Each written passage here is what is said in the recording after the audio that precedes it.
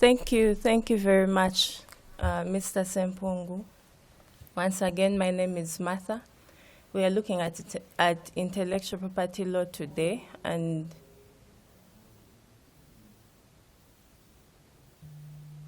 our purpose today is our role today is to look at the rights that are under intellectual property.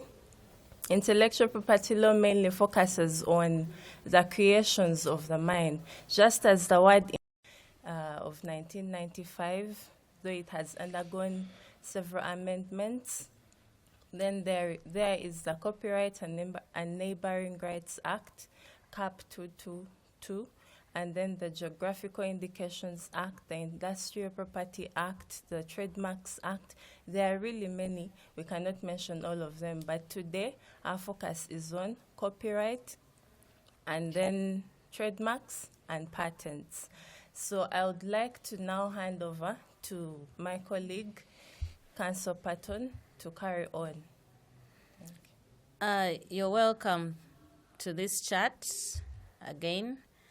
My focus will be on copyrights, and when we are talking about copyrights, we are talking about protection that is granted to authors, that is granted to artists, and other creations that you can create as an artist. And we may call these works. So every work you come up with actually can be protected, and so we'll be taking you through how such protections can come about. So what is work that is eligible for protection? In Part A, we have articles, we have books, we have pamphlets, we have lectures, we have addresses, sermons, and other works of similar nature. Those people who are doing music and drama, we have dramatic and musical works. We have aspects of sound recording, choreography, paintings, if you are an artist, drawings, photographs, advertisements, etc. If you are a computer genius, we have computer programs, applications, and databases. And then we have illustrations, plans, sketches, and any other work that is related in literature, and then traditional folklore, and knowledge and science. Then we have an aspect of derivative works. These are translations. If you have someone has made a certain work and for you translate it, that also can be copyrighted. Then also the aspect of collecting pre-existing works, like an encyclopedia. Then you format it and you arrange it in a certain way. That can also be a copyright. So when you are an author of the work and it is original and it is in material form, it can be eligible for protection. Then there are works that cannot be protected. When you look at ideas, an idea cannot be protected, but the expression of that idea can be protected.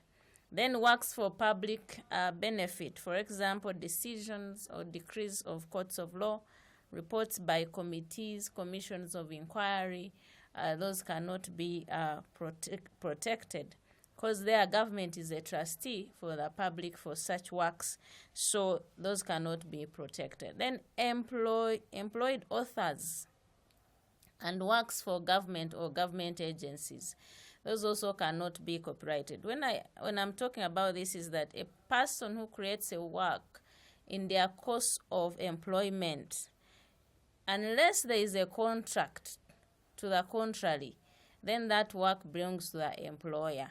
So that is why I'm saying that such work cannot be copyrighted, because by virtue of being in your employment, unless you enter a specific agreement saying that I'm going to do this work for you, but it is going to continue to belong to me, then that will be different. I've seen, for example, those people who come up with systems.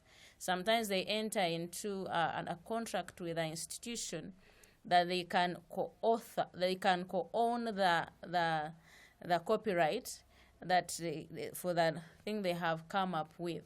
So that helps in a way that if you're an employer, you're also protected. But also if you're an employee, you can also have a way of protecting your work in such instances. So what are the requirements of copyright protection? Is that the work should be original. So you cannot come up with work that is not original and you pass it off as if it is yours. That would be an infringement. So work must be original, and when we say work is original, you may copy from another original author. For example, if it is an artistic work, for example, you saw the work of maybe the sculpture of the Kabaka, and you also said, let me also come up with one. That one we say is original. Why? Because you put in your skill and you put in your judgment in making that sculpture. So originality depends also on the circumstances, but the point is that your work should be original. And that is why even in academia, when you're going to copy someone's work that is original, you have to recognize the author of that work. Then it must be in material form, something you make and it just stays, for example, in your mind. It is not in material form, is not going to be protected. So it must be put in material form. Then it also must possess some degree of permanency. If it is something temporal, then it will not qualify to be copyrighted. So it must be something that is of permanency, that can stay for some long time. And so if you have those three, that it is original in material form and then it has some degree of permanency, then it can qualify to be copyrighted. Then we have something about the author and the owner. An author, we are looking at someone who comes up with this work. But when we talk about ownership can extend to people who even buy, maybe you sell to them this work, or you give them a license to use the work, or you give them express permission to use this work. So we are going to specifically be looking at the rights of the author, someone who has exclusive right, who has authored that work. So you have rights, economic rights, and then you have moral rights. Means that you can actually make money off this work that you have done. So one is that you can publish, produce, and reproduce the work. Then you can distribute or make available to the public the copies of the work. Then for things like music and others, you can actually perform the work in public. That is why, for example, the doctors and the professors we have, sometimes you're called to present a paper in a certain place, and it is only you that can present it. Or where work is pre-existing, to make a derivative work. So where you have, for example, you have come up with a book, and there comes a time and you have also to get something out of that same book. Then you can commercially rent or sell the copies of your work, or reproduce the transcript into braille. Braille is when now you put the work into the blind who cannot read and write. So you can come up with that. So then there are moral rights that the author has. So we say there are economic rights, but then there are moral rights. Moral rights is you're claiming ownership. It is wherever this work is being mentioned, you have to be recognized. So wherever this work comes up, your name has to be mentioned, your name has to be acknowledged. And the moral rights you have is that anytime you can mutilate this work, destroy it, you can alter it, you can modify it. Or you can choose to say, me, I'm withdrawing my work from circulation. So these moral rights cannot be assigned. You cannot say, me, I'm giving away my moral rights. No, these ones cannot be given away, except in enforcement. If you're saying you go and enforce, my moral rights are being infringed, then it can be done. But these are not assigned. So you can assign, you can transfer economic rights, but you cannot transfer the moral rights. Then the aspects when you have a co-author. A co-author is when you have a co-author, you have created work together and there is no one in particular who has a certain part. In such instances, you share the economic rights and you also share the moral rights. So what is the duration of this copyright protection? The copyright protection you can protect it during the life of the author. As long as you're alive, your work is going to be protected. And even after your death, 50 years after, your work is going to be protected. Even if it is joint authors, they look at the last surviving author, the life of the last surviving author. After that, they will count 50 years. So it means that once you have copyrighted your work, it is not only you that is going to benefit, but also people who are after you. Let's say your children and your grandchildren. And I think we have seen that. For example, in music, we have seen the aspect of when people were talking about the Lutaya songs, the ones he made long time ago. But I believe if we had a good copyright law, his children would still be benefiting. And then if it is owned by a corporation or a company, then you look at 50 years from the time this work was published.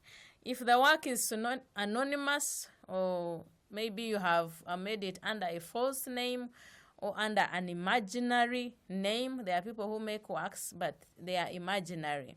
Then you look at 50 years from the date of publication. The same applies to computer programs.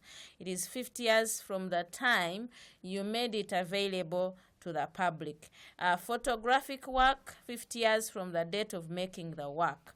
But the moral rights, when you talk about the moral rights, these ones continue in perpetuity, meaning that whereas the economic rights may end, the moral rights will continue.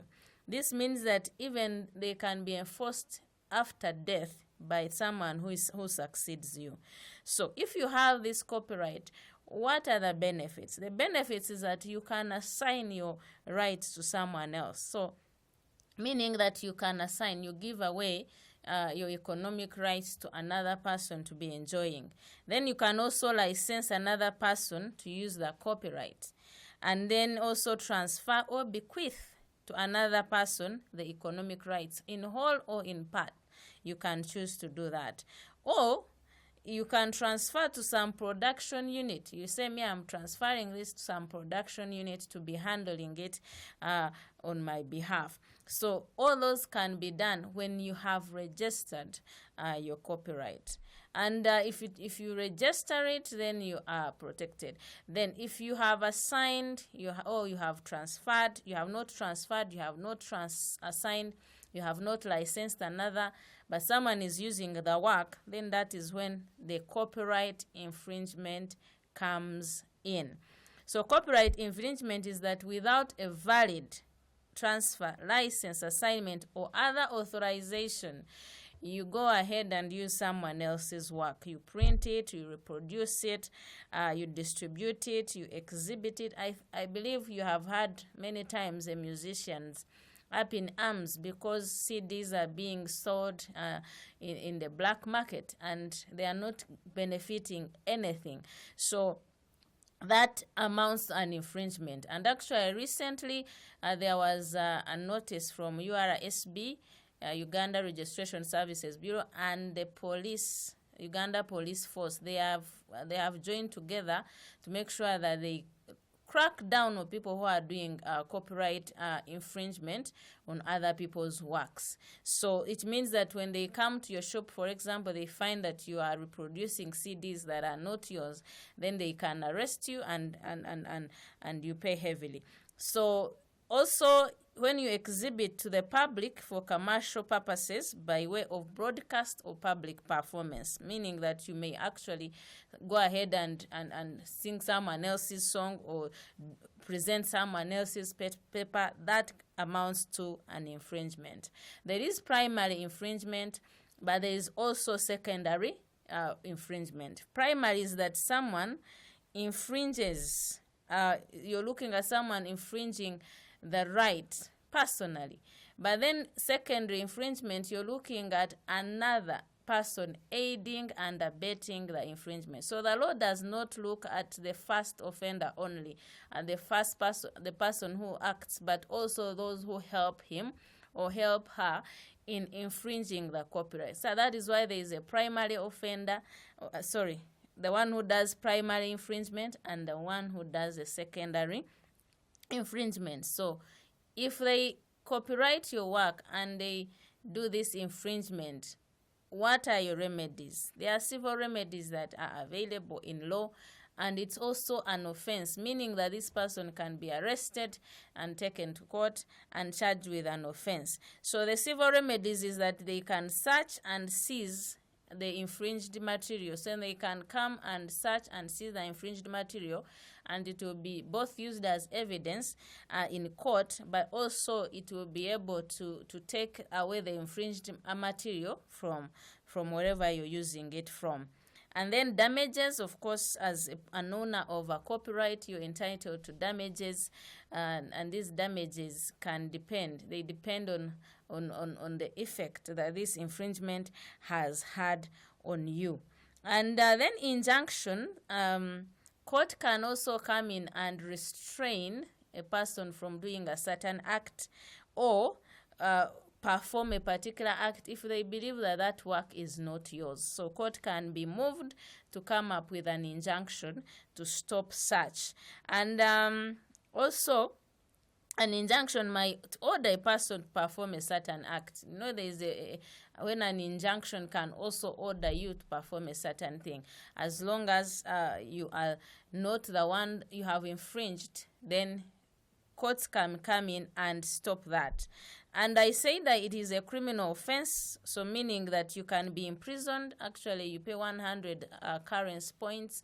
100 currency point means that every currency point being 20,000 times 100. So we are looking at you paying that kind of money, or imprisonment, or you can be subjected to both. Then there are defenses. In case you are charged of infringing a copyright, there are defenses. One is fair use. Fair use is that I used it maybe in my private study. It was just for criticism. I used it for criticism, review, or you are just reporting on current affairs. So that is what amounts to fair use, that you used it fairly. That is what the law is looking at. So that can be a defense. For example, if I was reading your book in my room, it doesn't mean I have infringed your copyright. I was doing it, that amounts to fair use. Then there is public interest. If I use your work and it is for public interest, it is relevant to the public, then that can also be a defense. And of course, there is a case where Angela Katatumba sued a certain camp who was using her song of Go Green, Let's Go Green. And for them, they were claiming that it was for public use. They used it for public use, awareness about the climate change, etc. But they came back to the point that they had not asked her for permission to use her song. So they paid damages to her and she won the case. So the other defense is that a delay or estoppel, if you have been seeing your work being infringed but you have not done anything about it, then that can also be a defense to someone, that you saw this was going on but you never did anything about it. That can also be a defense. So that is so there is something also we call neighboring rights, and these are rights of performing artists. You have heard there is a performer, there is a producer, there is a broadcaster. So under the law, I will not go into details, but under the law, all those people have rights. And those rights, if they are infringed, then they have a way of going to court. We have had musicians going to court. We have had producers going to court. And this is the reason why, because they are protected under the law. So where do you go to register your copyright? You go to URSB. You file an application to the Register of Copyrights, and you have to attach a copy of your work. And like I said, your work has to be original. and this is going to be gazetted, and if there is no objection to the registration of your copyright is going to be registered. So it is not as hard as it looks. Actually, you can have copyright protection for your work.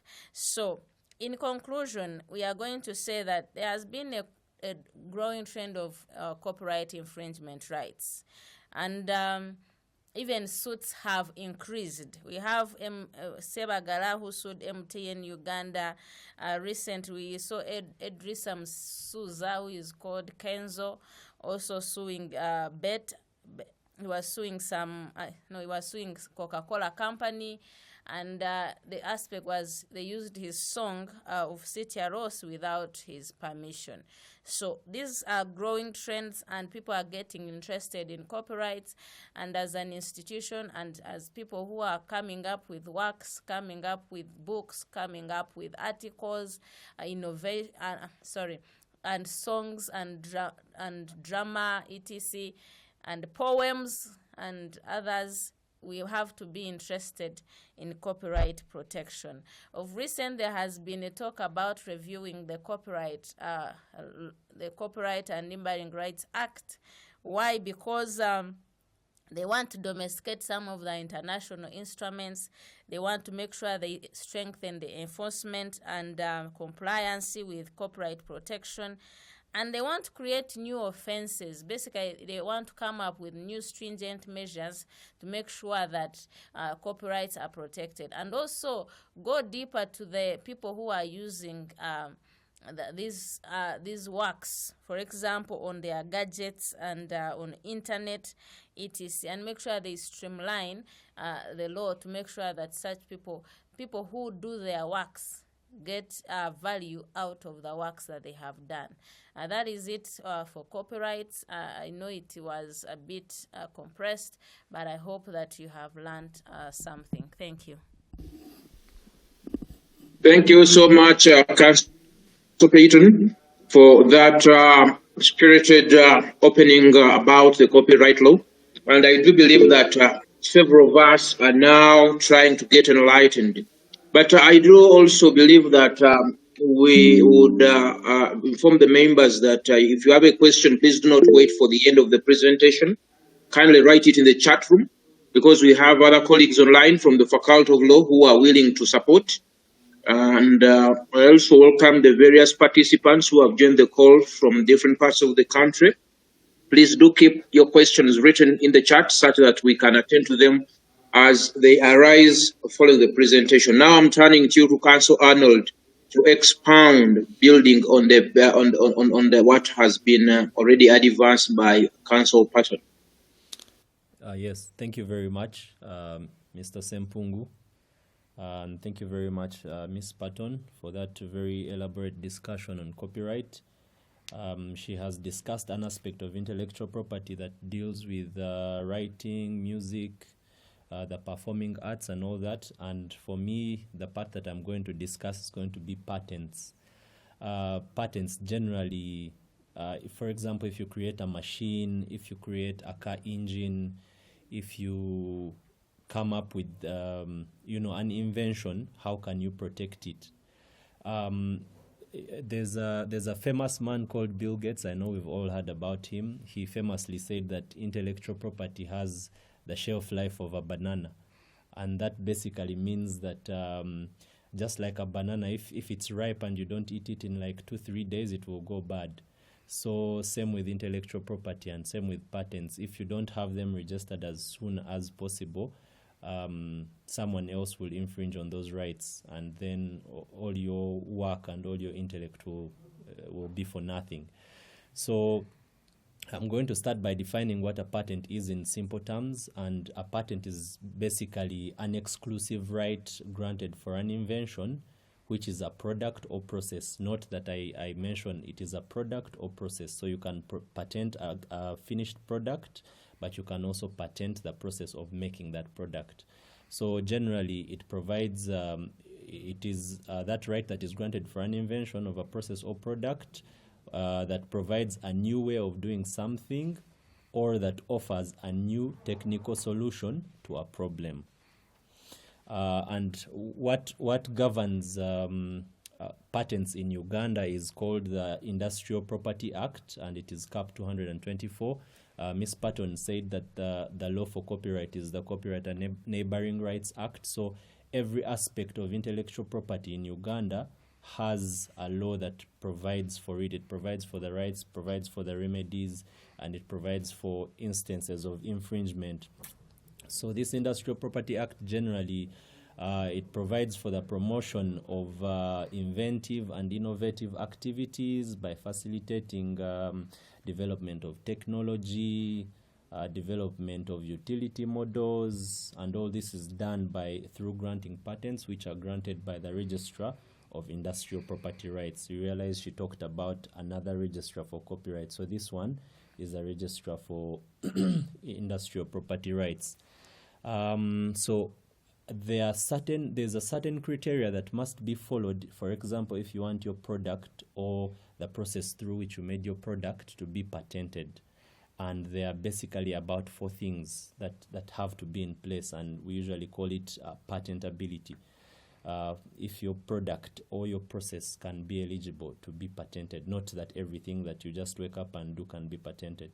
So the first thing is that a patent must be of practical use. Your product or your process or whatever you want to patent, it must be of practical use in a certain industry. If it's a car, then if you're creating an engine, that is practical use, so something along those lines. Then it must also be novel. You must show that the idea that you have come up with is novel. It is the first of its kind, and it is not known in the existing body of knowledge in that particular field. The third thing is that there must be an inventive step.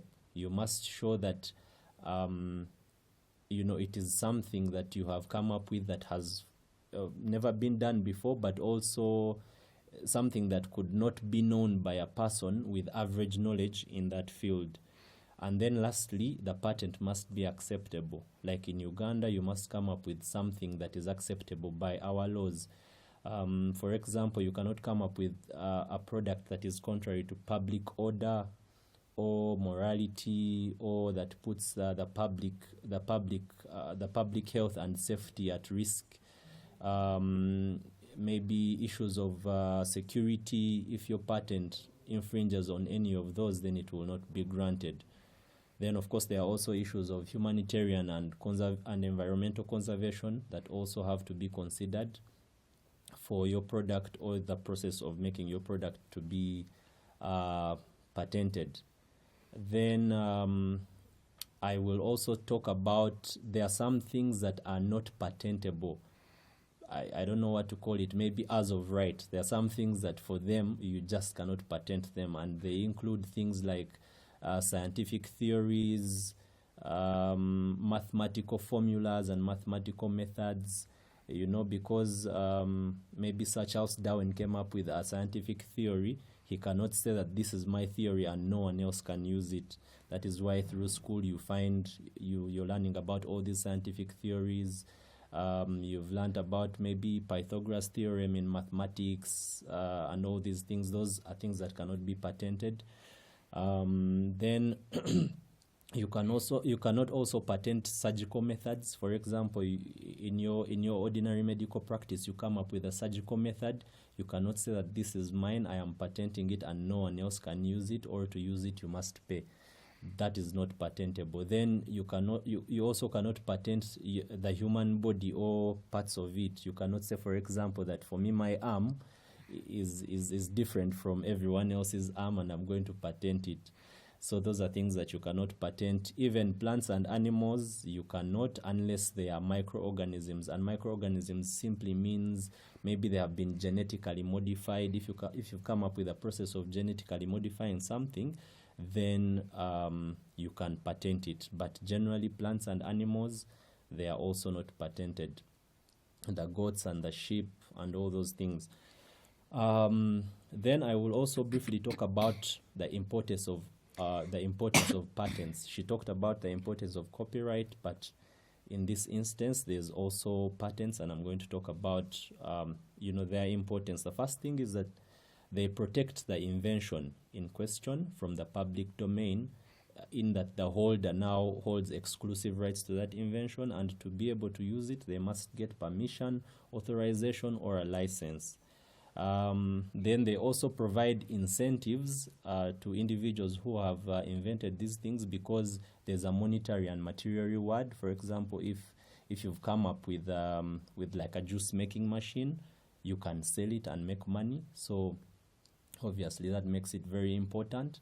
Then of course they also create job opportunities and employment, because in the process of making that machine, or in the process of coming up with a finished product, there are people who are helping you along the lines, and that definitely creates job opportunities and employment, and people can also make money from that.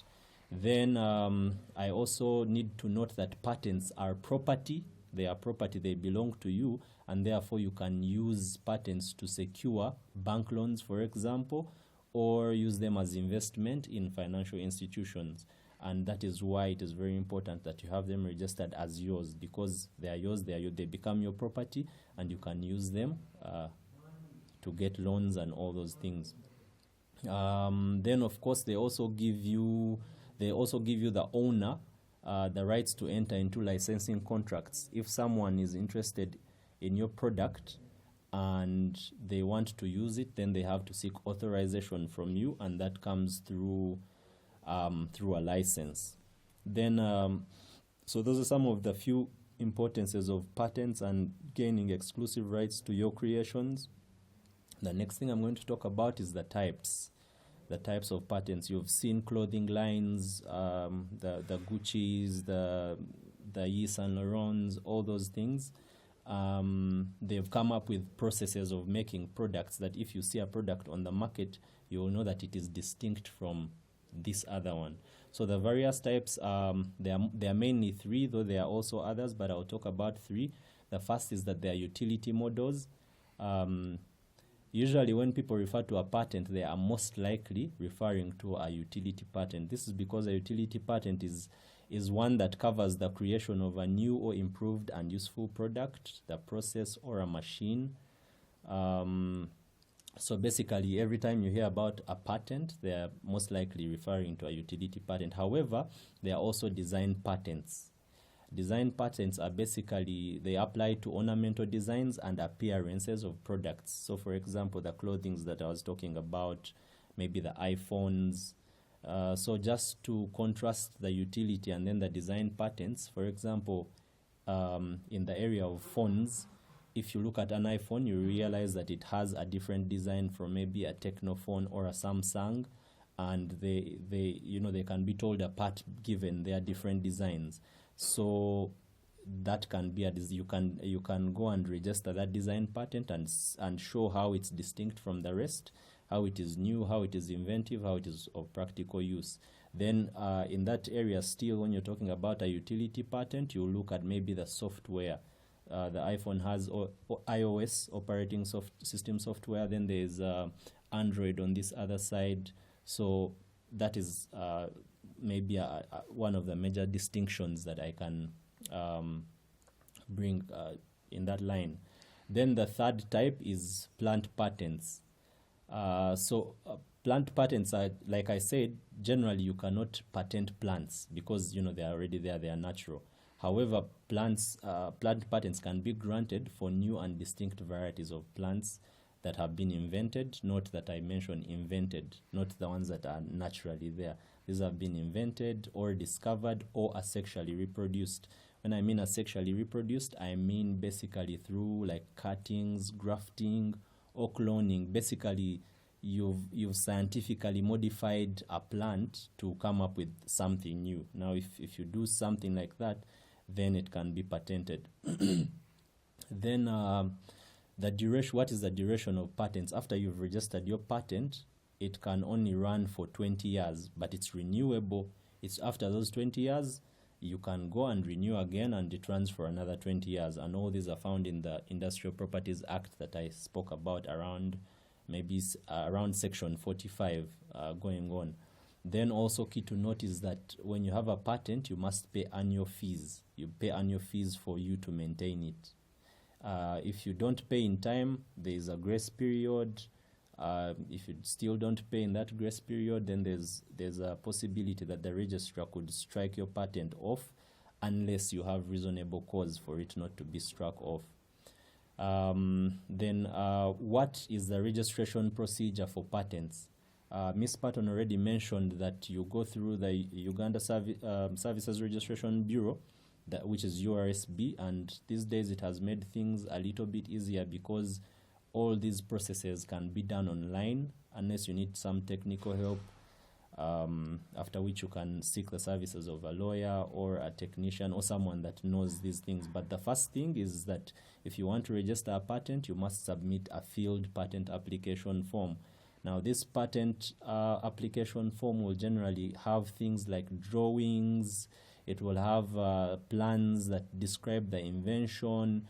It will have the background that will give a basic average understanding for someone, in that same field. It's easy to understand. So you have to, if it's a machine, you have to show how the parts integrate with each other, all those drawings, and then you also highlight the process which you undertook. So that must appear in the application form, and when you go to URSB or their page online, you will find some of the fees that are also indicated there. Then the second step is that URSB will receive your document. It will accord it a filing date and also a patent application number. Then the third thing is that this application will be subjected to a substantive examination. One, it will determine if your claim fulfills all the requirements for patentability. If it doesn't infringe on any laws, like I said, does it infringe on public health and safety or security or environment? Those are things that will be done during that substantive examination, and you also have to pay a fee for that. Then finally, if you fulfill all those requirements, then the application will be granted, and if you don't, it will be denied. If it's granted, then you will get a certificate of grant of a patent, which also has to be paid for. Then finally, I'm going to talk about infringement and remedies. If you've come up with a machine and someone has stolen your idea, what do you do? The law provides that you can go to court and you can petition the High Court. The High Court is the one that has jurisdiction for some of these things, including patents. So you can petition the High Court and they can give you an injunction, like Ms. Patton already mentioned. You can also claim damages from the person that has infringed on your rights, but you can also claim compensation. If the other person has been gaining off of your sweat, then they should as well compensate you. Then it is also key to note that URSB has come up with a mechanism where they can sort out some of these issues. You make a complaint, you can hire lawyers to go and defend you. Then on a certain given date, you can go and present your cases, and then URSB can give a ruling. And if you're not satisfied, then you can still appeal. Then finally, it is key to note that Uganda, we are part of the international environment. We work with other countries. We are signatories to different international laws. So if you register a patent in Uganda, you can also register it in another country outside Uganda. And there are different principles in international law, nationality principle, most favored nation principle. There are many, but there are safeguards that are put in place to ensure that you can have your right protected in multiple jurisdictions. Thank you very much, Mr. Cannon. Sempungu. Okay, thank you so much for that wonderful presentation. And it does throw light onto some of the critical areas within the copyright law. And I do believe that probably could also be enlightened on some of the quickest ways of infringement or breaking of that law, because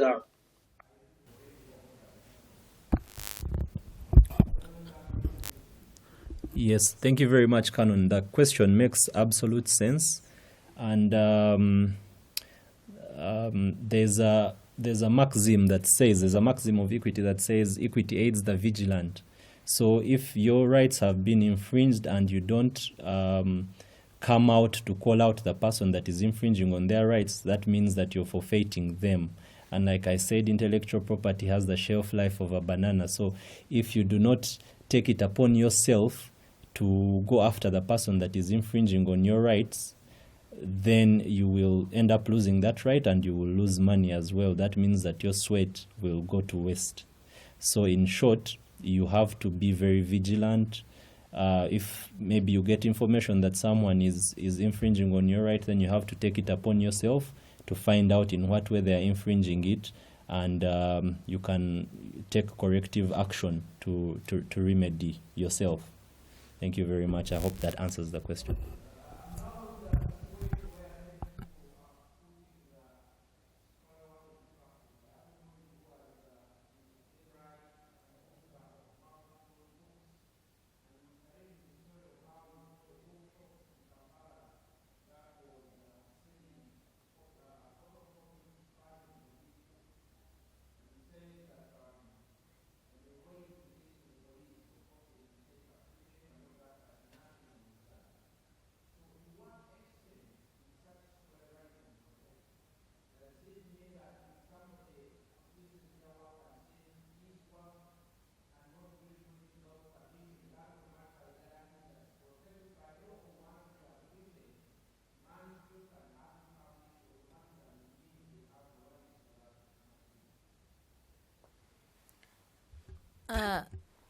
Immediately you come up with your work and it is original and it is yours, then it is protected.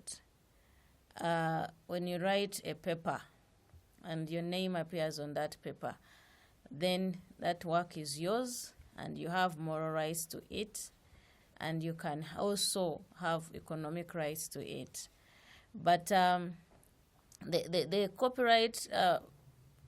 the Copyright and Neighboring Rights Act is asking that do not just stay there. You come up and they also register so that you're able to enforce your rights. Because when something is not registered, it is difficult to enforce such a right when it comes to going to the courts of law. No one will take away the fact that that someone was yours, it is you who preached it. But then if you want really to be legal, it to be legally recognized, then you have to go ahead and register it. That will offer you more protection.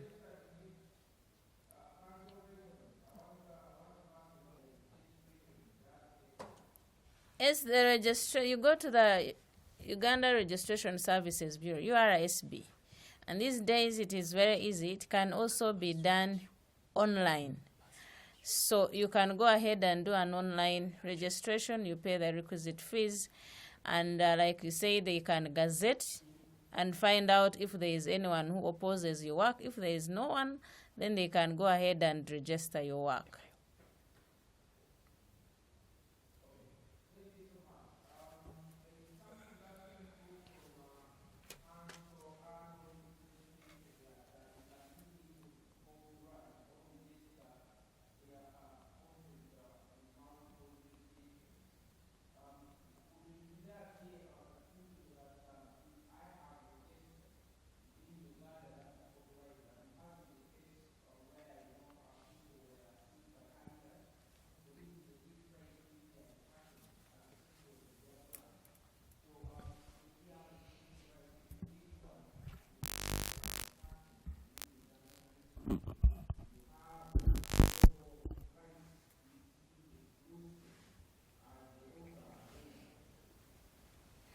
Thank you very much, Mr. Sempungu, for that question. Now, if you've registered in Uganda, it does not automatically give you protection in other jurisdictions. So if you've registered in Uganda, you also have to go ahead and register in multiple jurisdictions. Of course, the challenge with that is that it's a little bit expensive, it's time consuming, but also when you're going to register your patent in Uganda, one of the requirements is that you must have done an international search. Now, if the results of the international search show that there's something that has already been registered in another country, for example, in Uganda we are signatories to, we are members of the World Trade Organization, and those are some of the countries within which your rights can be protected. So if you've registered in Uganda and the other country is also a member of the World Trade Organization, that gives you the right to also register in that country. But you must have registered it in Uganda. There's a principle in international law that provides for priority.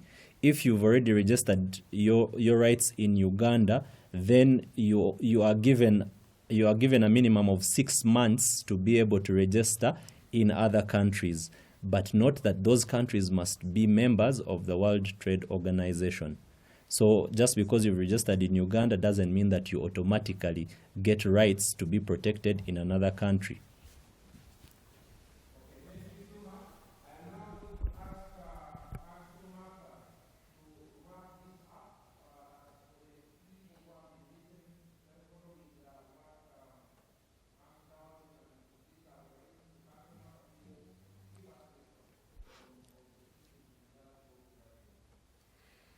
Thank you very much.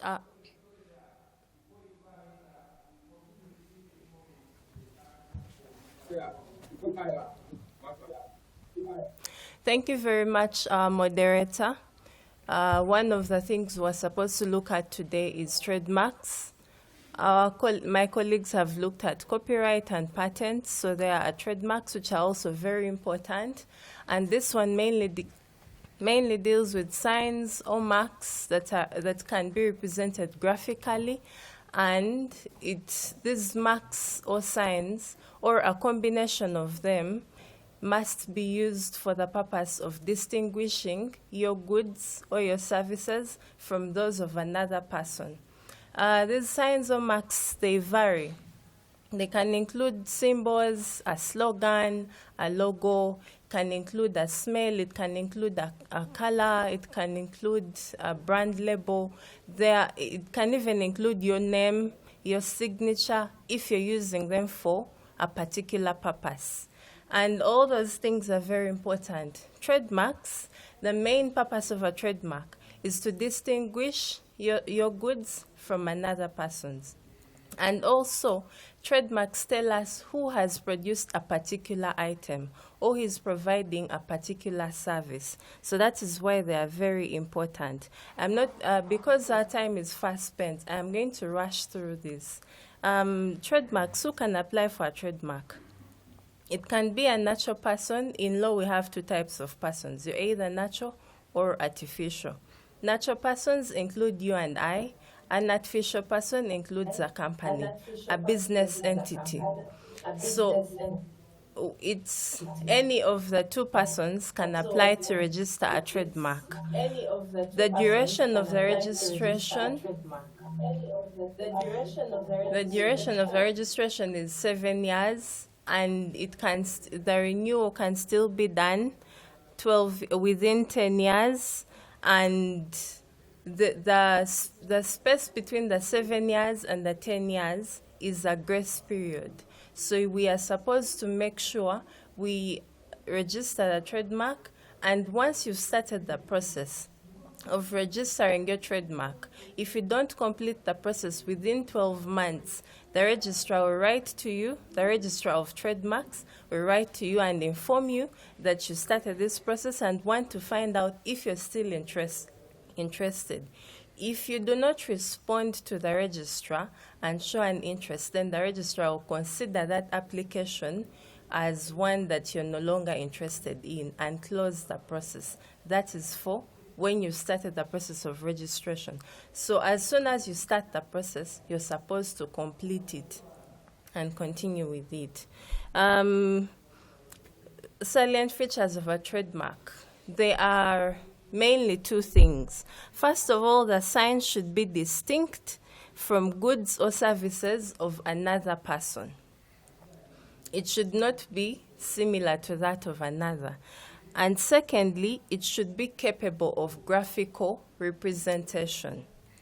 Much as trademarks also deal with intangible things, much as intellectual property also deals with intangible things. in things of the mind, creations of the mind. Trademarks are signs that we should be able to see. The moment I buy a Coca-Cola soda, I should be able to see the Coca-Cola trademark on the bottle. And that gives me comfort and assures me that this product has been produced by Coca-Cola. There is a difference between a trademark and a certification mark. Certification marks are used to tell us that they are used to assure us that a product meets a certain standard. For example, the mark that is often put on products from the UNBS, the Uganda National Bureau of Standards, that UNBS mark is a certification mark. It's not registered as a trademark. However, all those things having been said, it's important to know that there are some marks that cannot be registered. If your mark is likely to deceive the public and confuse them, if your mark is contrary to law, morality, or if it is a scandalous design, and also if it is identical or if it nearly resembles another person's mark. However, there is an exception to this. The Trademarks Act, the law that governs trademarks is the Trademarks Act, KAB 225, and the regulations which were enacted in 2023. The Trademarks Act provides for an exception. In certain circumstances, the registrar may allow two similar or two trademarks that are identical to exist concurrently, and we call that honest concurrent use. That happens, and when in the event that the registrar allows for that to happen, he or she gives conditions and limitations. For that, it's provided for in Section 27 of the Trademarks Act. Registration of a trademark, we need to always remember that in order to enforce your rights, registration is the starting point. The moment you have registered your trademark, it's a starting point for you to now come up and institute an action. So how do you register? The main thing you need to know, all we need to know is registration is done by URSB, the Uganda Registration Services Bureau, and there is a registrar of trademarks who is in charge of receiving the applications.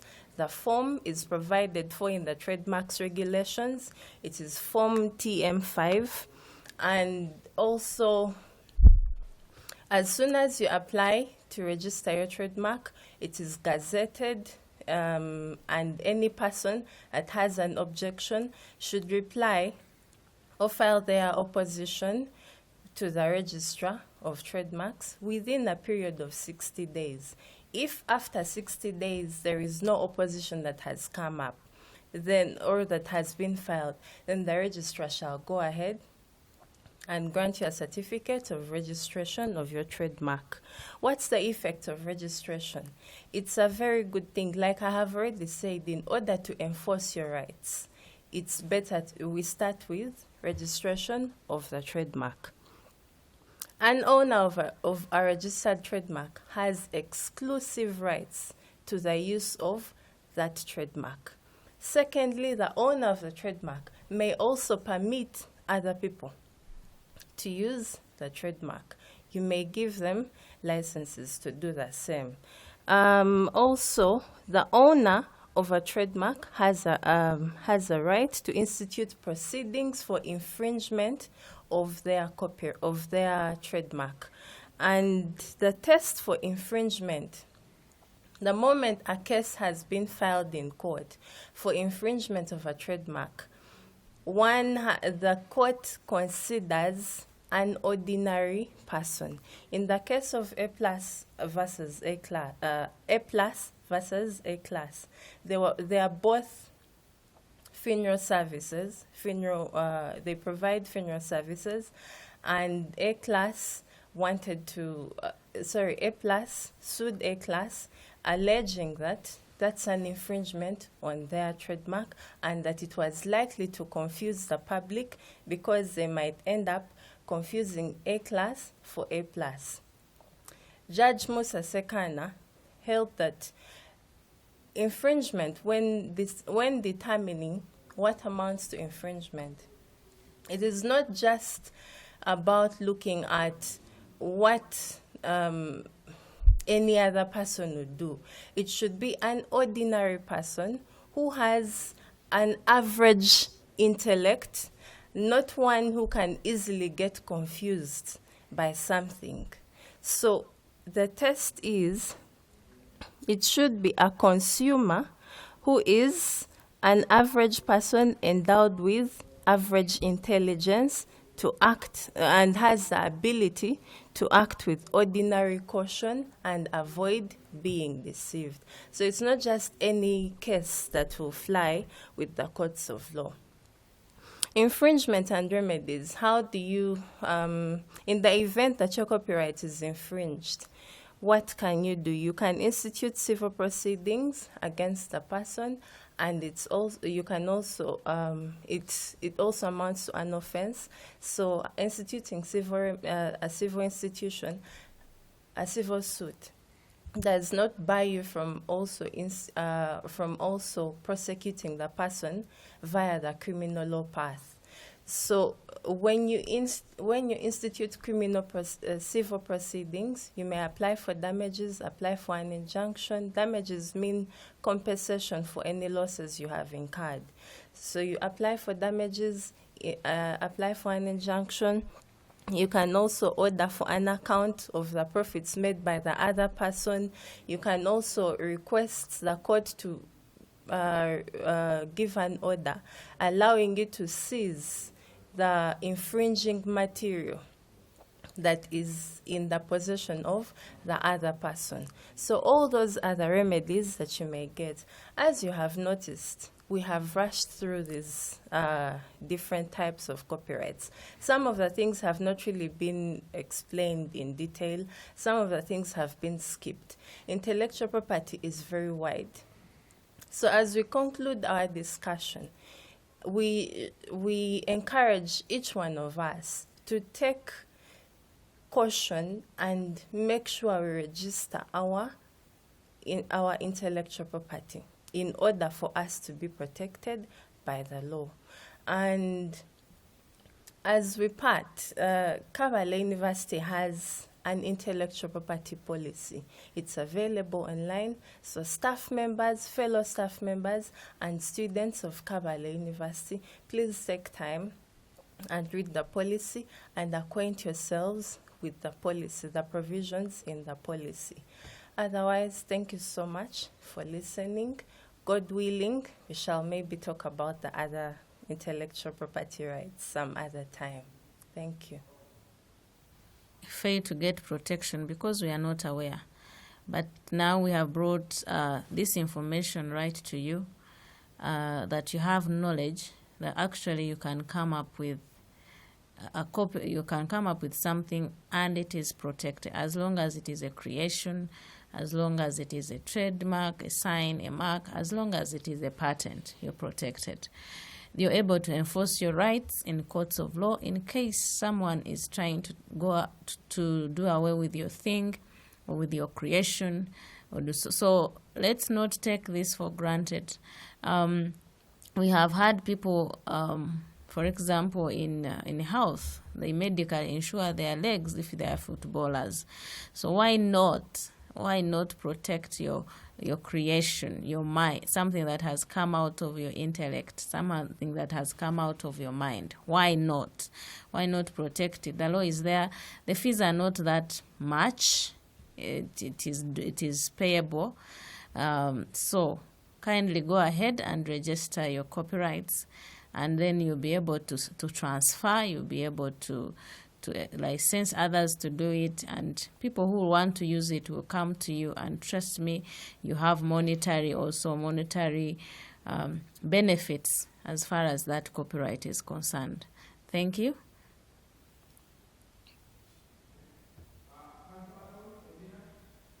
Thank you very much, Mr. Sempungu. Thank you very much, our audience, for being a good audience. We had some questions coming in, not very many. Perhaps the subject was a little bit complex, but we shall come back another time and hopefully expound and make it even much easier.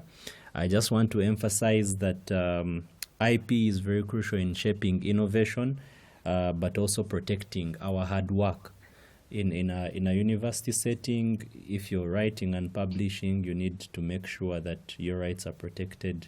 You need to make sure that people are not infringing on your work and reproducing it without your knowledge.